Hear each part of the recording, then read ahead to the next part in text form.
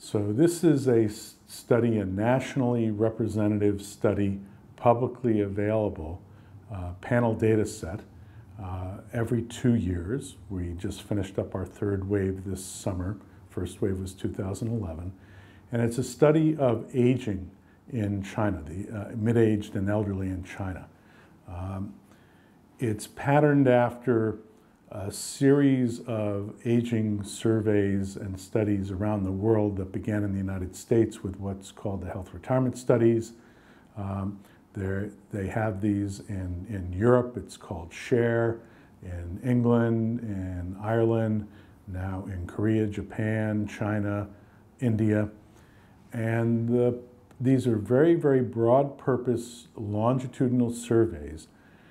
So we collect data on issues like labor force participation, savings, income, household expenditures, but we get very, very, very detailed health information, including what are called biomarkers, which would include, in our case, venous blood samples that get tested for a lot of things, that include other kinds of data on factors such as cognition, such as depressive symptoms. And the idea is putting all of this together so that scientists around the world can freely access the data.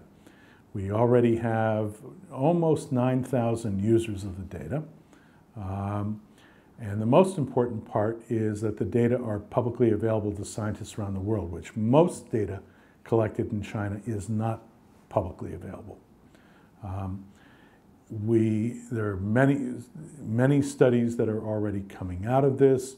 So my interests with my colleagues has been very much looking at things such as what are the socioeconomic gradients of health of the elderly, which turn out to be rather strong. In China, one of the interesting reasons to think that aging is more of a problem than in Europe or North America is because aging is going on at levels of income that are much, much lower in China than they were in North America and Europe when they were undergoing their aging process. And that means that people were born in much worse circumstances, and those circumstances may have and do have lifelong impacts on things like health. We also get a lot of data on family relationships and how much in particular older parents get help or not from their adult children. Help in terms of time, in terms of money transfers, and so on. So it's a very exciting data set. We get funded both by the National Institutes of Health in the US and the Natural Science Foundation in China. And we have a large team of scientific researchers working on this, led by Chinese economists at Peking University, Yaohui Zhao, and myself. We have usually around 400 people working in the field, so literally an army of enumerators when we do our field work.